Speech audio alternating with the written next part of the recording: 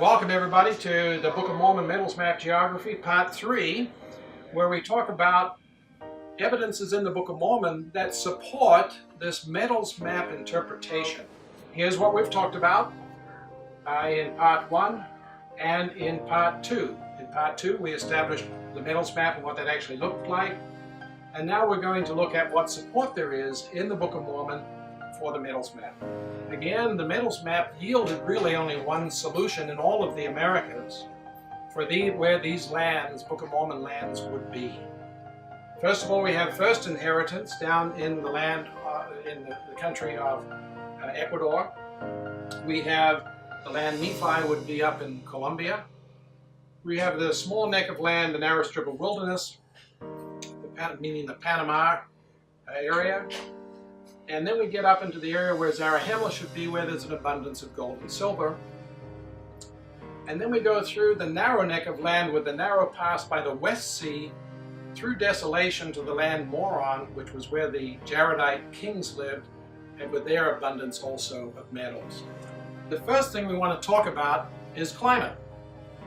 The Book of Mormon tells us that the lands Nephi through Bountiful were all hot, as evidenced by the Lamanites being naked.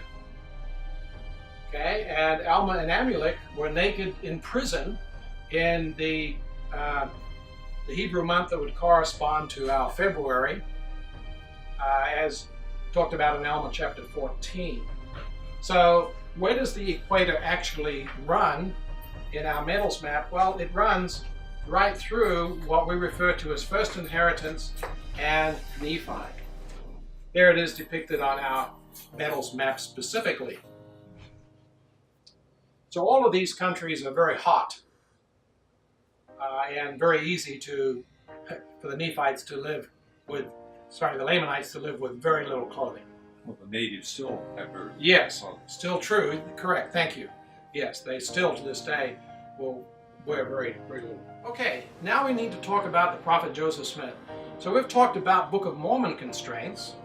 Because the Book of Mormon is the Word of God and it is true, we need to understand that what's in it we need to accept as being truth, and that science will find that it's true over time. So, what about the prophet Joseph Smith? Well, of course, as the Lord's prophet of the Restoration, Joseph Smith had a tremendous amount of knowledge. We know that he was given enormous numbers of visions concerning the peoples of the Book of Mormon period. He used to tell stories of them to his family. And so he had seen many things in vision and in revelation.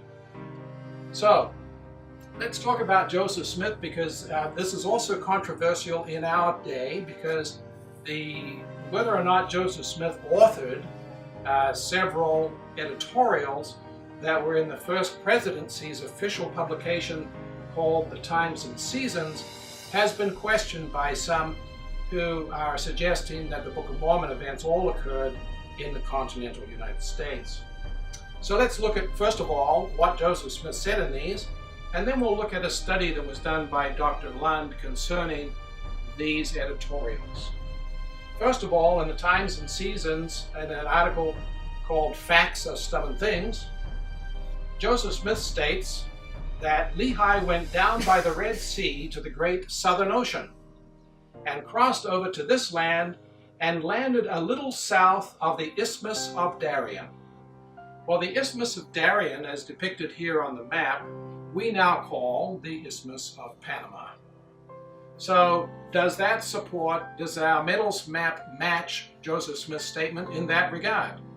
Yes, it does, because first inheritance is south of, and not too far south of, the Isthmus of Darien. And of course it is on the coast, so they could have traversed down from the Red Sea across the great Southern Ocean, where he's basically referring to the Pacific, over to the west coast of South America. Another interesting thing I found about this recently, and thought about recently, was think of Joseph's the blessing that he received from his father Israel with Jacob. In it, he was told that his descendants would be a branch that runs over the wall of a well into the utmost bounds of the everlasting hills. that prophecy is generally referred to in the church as a reference to the ring of fire, or the mountain region that completely goes around the edges of the Pacific Basin, and with the highest portions of those being in the American continent. But it's also interesting to note that the highest peaks in the American continents are not found in North America, they are found in South America. So if that patriarchal blessing is precise in that regard, the utmost bounds of those everlasting hills would suggest South America and not North America. During Joseph Smith's time, there was a book that came out called Incidents of Travel in Central America, Caiaphas, and the Yucatan. This book was the top seller in Joseph Smith's later life in America. It was fascinating to folks. And Joseph Smith himself felt that this book that the Lord had blessed him, that this book had come forth to provide evidence that the Book of Mormon was true, and that this evidence had come forth in his own day. And so that's how he viewed it. And in the Times and Seasons, in articles titled Extracts, he quotes from it in a number of instances. So in it, for example, he says, the foregoing extract has been made to assist the Latter-day Saint in establishing the Book of Mormon as a revelation from God. He considered it to be incontrovertible testimony of the Book of Mormon. He says these wonderful ruins of Palenque are among the mighty works of the Nephites. He says that the Nephites lived about this narrow neck of land which now embraces Central America with all of the cities that can be found. Now, does that statement constrain the Nephites from having lived anywhere else? No. But it certainly identifies that they did live in this area. In another, again, in the article entitled Facts of Stubborn Things, he talks about Zarahemla, in particular in reference to a city that had been referenced in this aforementioned book called Corigua. The prophet says Central America, or Guatemala, is situated north of the Isthmus of Darien and once embraced several hundred miles of territory from north to south. In the top right-hand corner of the slide, you'll notice the map there that in 1830, Guatemala was part of what was called at that time the Federal Republic of Central America. And it comprised all of those countries down to Costa Rica. It didn't last long, it broke up pretty quick, but Guatemala remained pretty much as it was. And he goes on to say that the city of Zarahemla, burnt at the crucifixion of the Savior and rebuilt afterwards, stood upon this land. Meaning, of course, here in this context, the land of Guatemala. And he goes on to say, we're not going to declare positively that the ruins of Corigua are those of Zarahemla, but when the land and the stones and the books tell the story so plain, we are of opinion that it would require more proof than the Jews could bring to prove the disciples stole the body of Jesus from the tomb, to prove that the ruins of the city in question are not one of those referred to in the Book of Mormon. So there he's talking specifically about Corigua, which is in this part of Guatemala.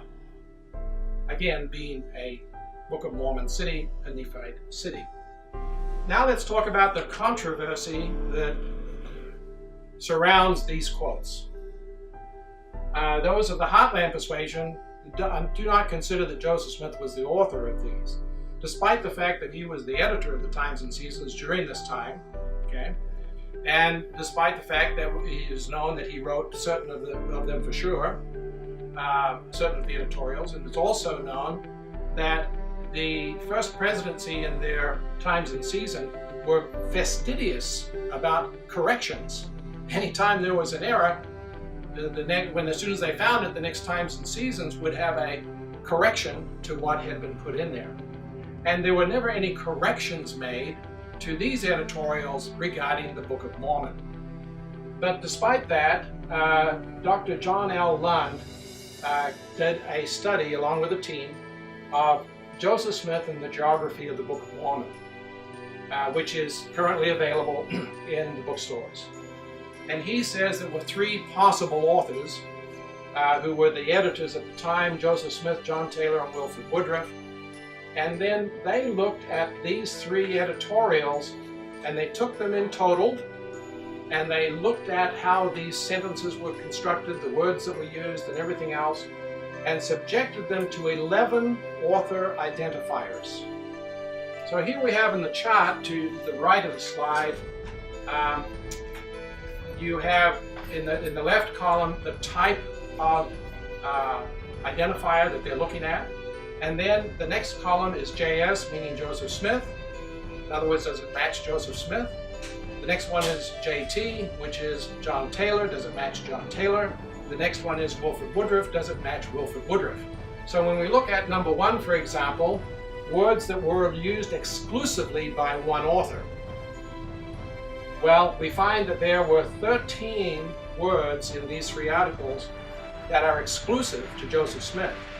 John Taylor, Wilford Woodruff never used them in their writings. The probable first and only time use for one of these authors' words also, there are only about 2 of them that would match to Joseph Smith. The rest would not have been first-time uses for John Taylor or Wilford Woodruff. So you see, the green tells you where it matches. The vocabulary size. John Taylor and Wilford Woodruff both were educated in England, and they had a much larger vocabulary than the prophet Joseph Smith. And the average vocabulary words in these three articles was 300, which is very close to Joseph Smith's vocabulary size of 297. Word use, most likely to use a specific word or a couplet or a phrase, such as is used here, the word surely. Well, 94% probability that that's Joseph Smith. Only a 3% chance that it was John Taylor or Wilford Woodruff using that word. Sentence analysis, in other words, how long were the sentences? Again, Joseph Smith matches very closely the 36 with his 40.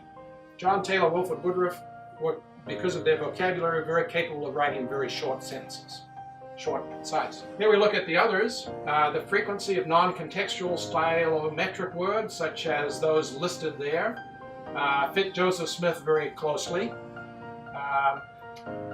Sentences with 10 words or less, again, match Joseph Smith very closely. Another confirmation that John Taylor, Wilford Woodruff, they used 10 words or less in sentences a lot.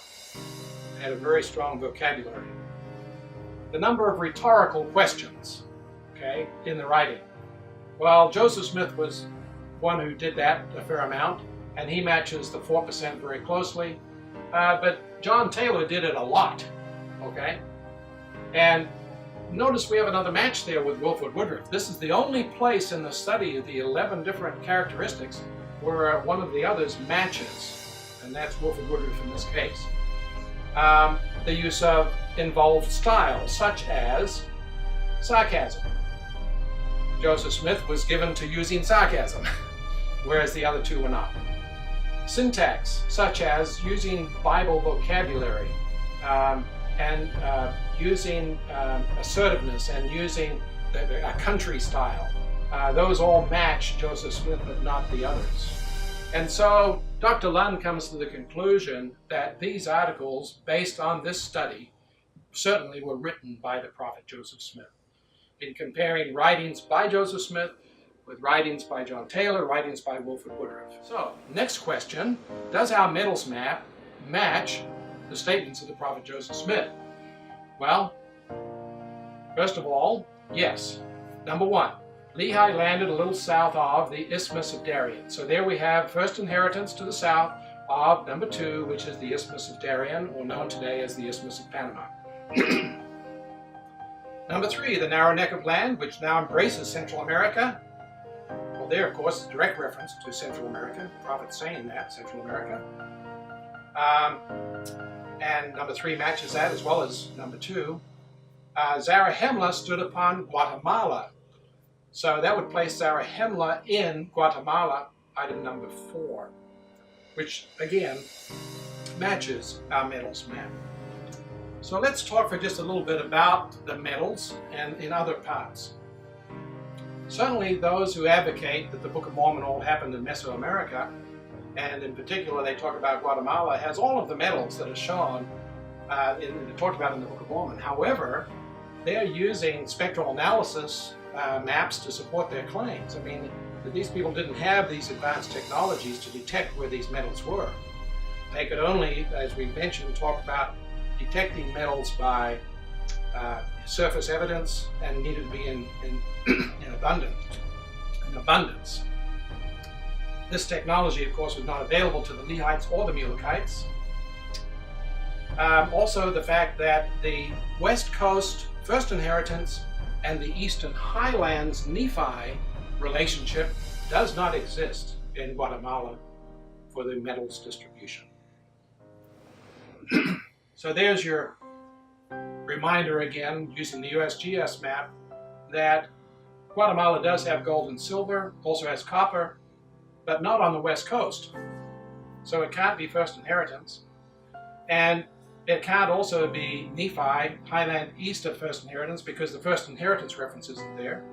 But it certainly could be Zarahemla with its gold and silver. All right, so how does Dr. Lund deal with this issue? So Dr. Lund is a proponent of the Mesoamerican model, but given that he accepts that Joseph Smith's statement that Lehi landed a little south of the Isthmus of Darien, or the Isthmus of Panama as we call it today, he suggests that they did land there, but then they proceeded north up towards Mesoamerica.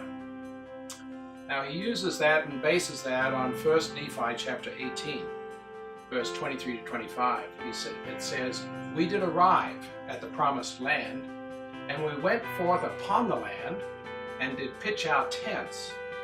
We did begin to till the earth, and we began to plant seeds. They did grow." So clearly they were there at least for a season. And it goes on and says, "We did find, as we journeyed in the wilderness," this is the key for him, "that there were beasts and all manner of ore, both of gold and of silver and of copper."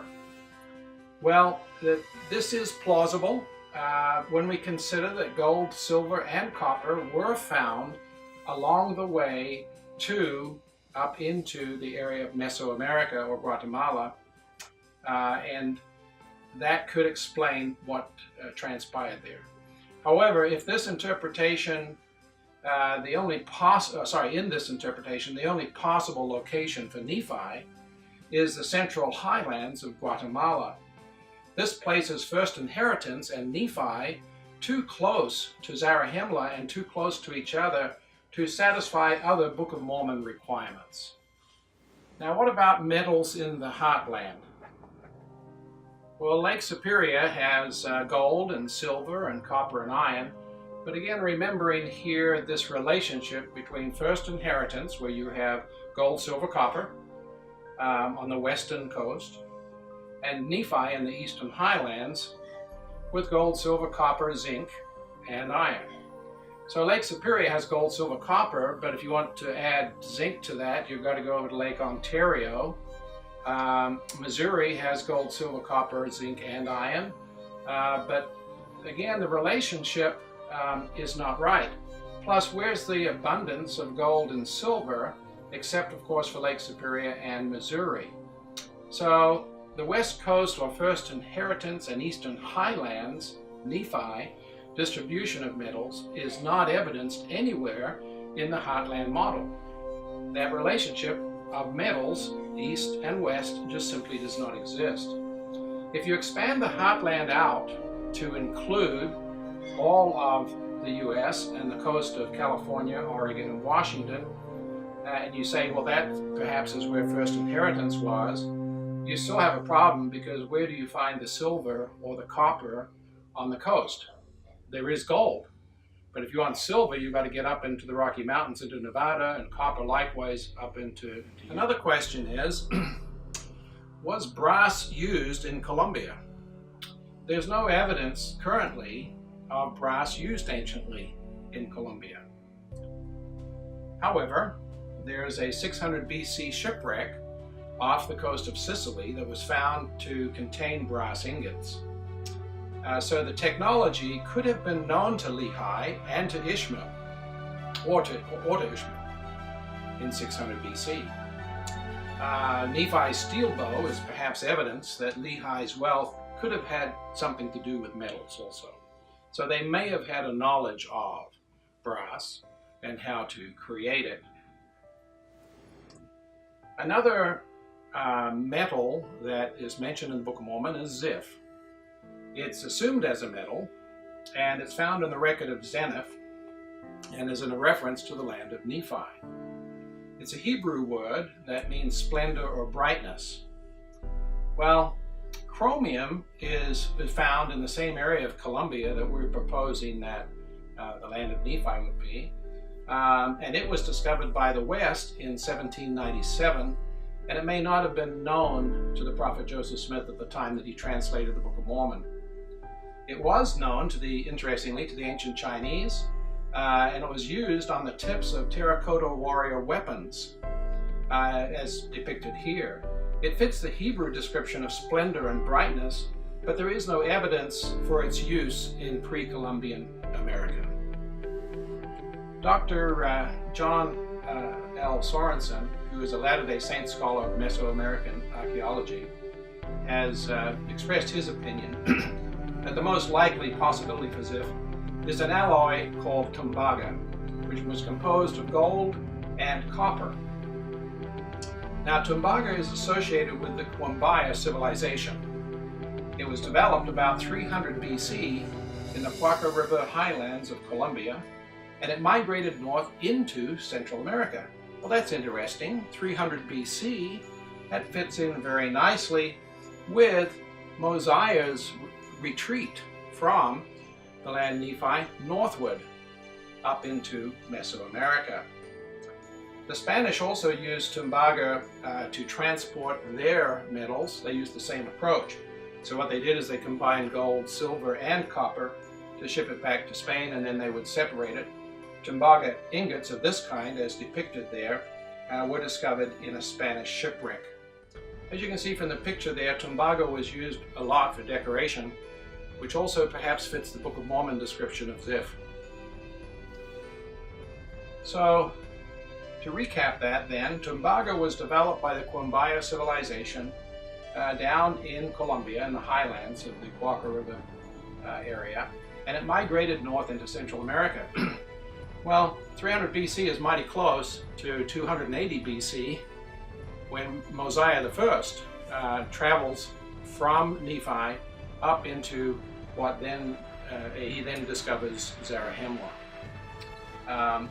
Also, it fits closely with 120 BC when you have Limhi recording that as they flee Nephi with Ziph, they return up to Zarahemla. Later, the relationship develops between the folks in Zarahemla and those down in Nephi. Shortly before the Lord's coming, there's extensive trade that develops between the Nephite civilization up north and the Lamanite civilization in the south. So a lot of trade is going on, and so the transfer of the technology is certainly possible there too.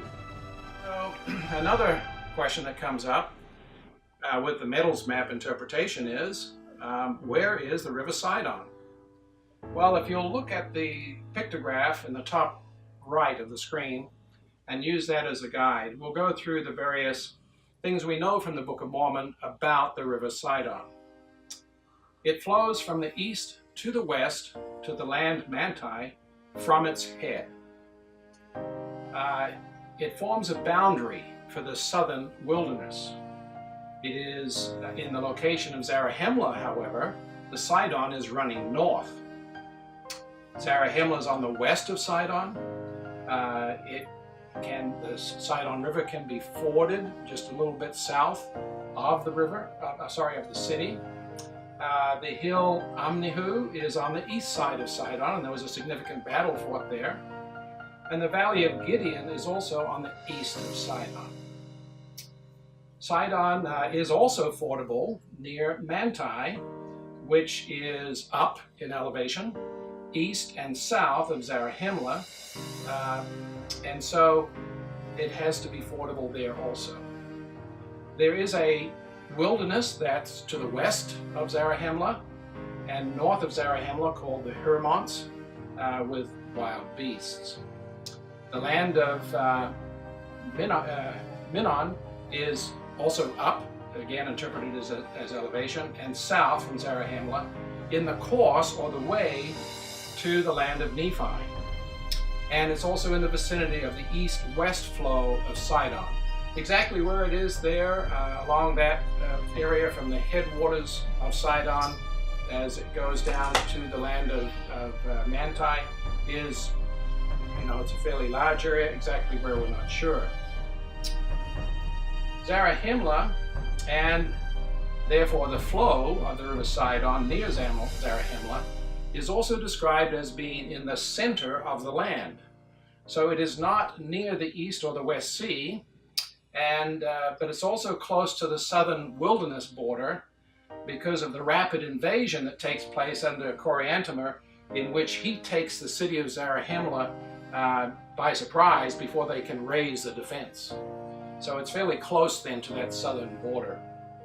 The Sidon must also, of course, flow through a land with gold and silver and reach the sea.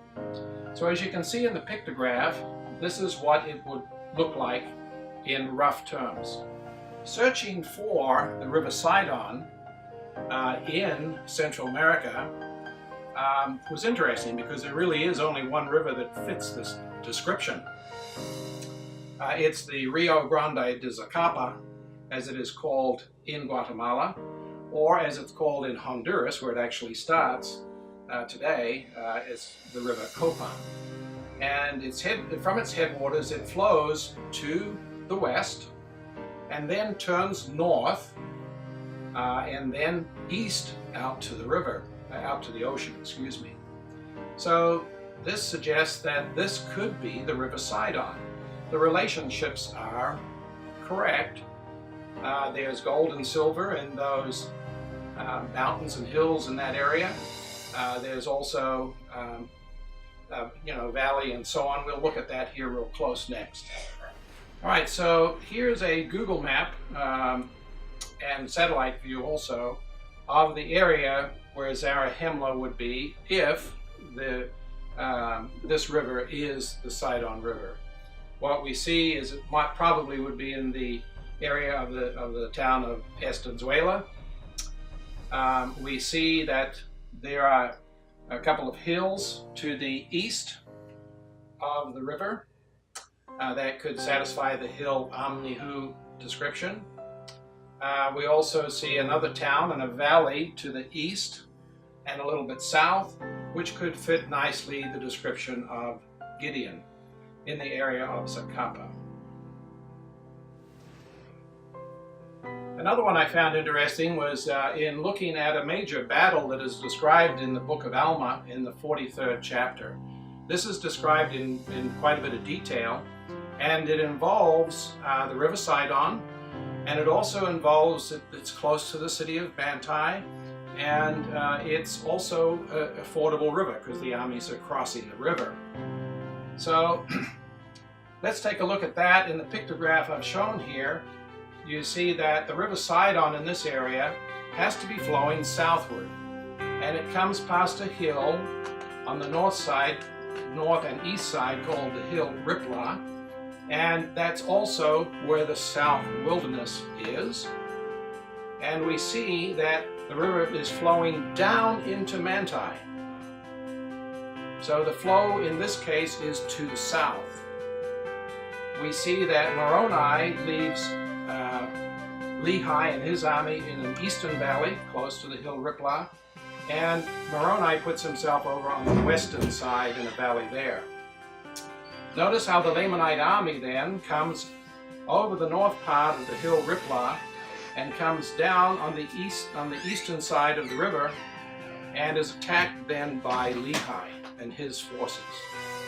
They then retreat across the river, now going to the west. They cross the river, now they're accosted by Moroni and his forces, and they try to break through and run down into Manti. But they're stopped, and they're defeated there. But what was interesting was try to find out if this fits our Rio de Zacapa river, or if up in the Honduras area would be called the river Copan. So let's take a look at that. What we see is there is, in fact, in the area where the river is basically flowing from the east to the west, there is an area where it does turn south for about 4 miles. And it comes past the ruins of Copan. And we can see from this satellite imagery that the scenario that we produced on the left is very easily fits into this terrain, and with the river flowing south past Copan before it again turns and heads to the west. So we find again a plausible scenario that fits our metals map and where the river Sidon might be.